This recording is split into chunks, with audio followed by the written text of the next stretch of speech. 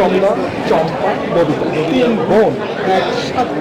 সুচন্দা, চম্পা, ববিতা বাংলা চলচ্চিত্রের এক সময়কার জনপ্রিয় তিনজন চিত্রনায়িকা। তারা একই সঙ্গে আসলে ভোট কেন্দ্রে এসেছেন ভোট দিতে।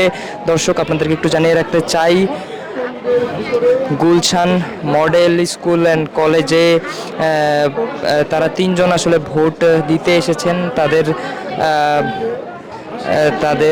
তাদের ভোট দেওয়ার জন্য তারা গুলশানের এই ভোট কেন্দ্রে উপস্থিত হয়েছেন এবং তারা তিন বোন আসলে একই সঙ্গে বাংলা চলচ্চিত্রে একটা সময় বেশ জনপ্রিয় মুখ ছিলেন এবং এক সময় আসলে বাংলা চলচ্চিত্র দাপিয়ে বেরিয়েছেন তারা। এবং এরপর বেশ অনেকটা যুগ কেটে গিয়েছে এবং বাংলা চলচ্চিত্রে তাদের নাম এখনও অবিস্মরণীয় হয়ে রয়েছে। হোয়াইট প্লাস প্রো সেনসিটিভ স্কয়ারের মাঠের বাইরেও তো আমরা এভাবে দেশপ্রেম দেখাতে পারি।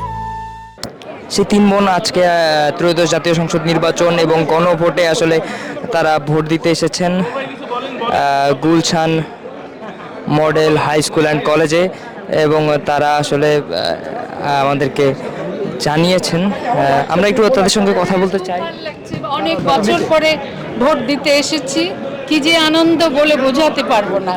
এই যে আপনাদের জন্য অপেক্ষায় ছিলাম আমরা। ও আচ্ছা, না হয়েছে কি, আমাদের ওই সব ড্রাইভাররা তাদের দেশে চলে গেছে ভোট দিতে, এখন ড্রাইভার ছাড়া অসুবিধা, তো গাড়ি জোগাড় করে তারপরে এলাম। নন্দে সরকারের কাছে কে কেমন সংস্কৃতি অঙ্গন চান? নতুন সরকারের কাছে কেমন যে সরকারে আসুক দেশ এগিয়ে যাবে। তো অবশ্যই আমাদের দিকে খেয়াল রাখবে, দেশ এগিয়ে যাবে, এটাই আমরা চাই। এবারকে 21শে পদক পেয়েছেন, একটু জানতে চাই কেমন লাগছে। এবং আমি 21শে পদক, এটা হচ্ছে আমার 21শে আমার প্রাণ, আমার ভালোবাসা। আমি 21শে পদক পেয়ে সরকারের কাছে অনেক অনেক ধন্যবাদ।